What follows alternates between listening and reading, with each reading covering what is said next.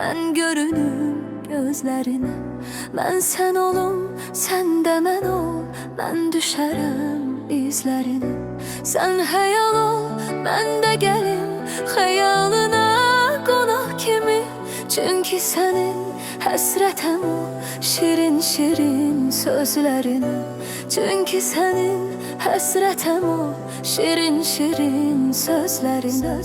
Pəncərəmin önündə gül saxlayıram sənin üçün. Zülmət otaq bir də ki mən ağlayıram sənin üçün. Mən də uzaq, sən də uzaq, qovuşmağa yox ümidim. Dərdə dözüb qəlbimə daş bağlayıram sənin üçün. Dərdə dözüb qəlbimə daş bağlayıram sənin üçün.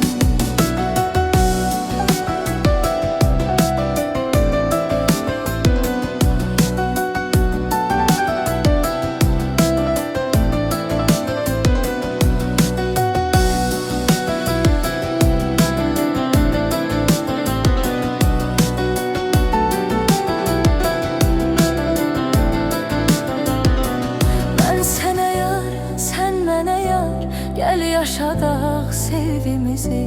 Mən səninəm, sən də mənim. Bircə bölək dərdimizi. Sən cisim ol, mən ruh olum. Sən hardasan, mən oradayam. Göz yumaraq hiss eləyək bir döyünən qəlbimizi. Göz yumaraq hiss eləyək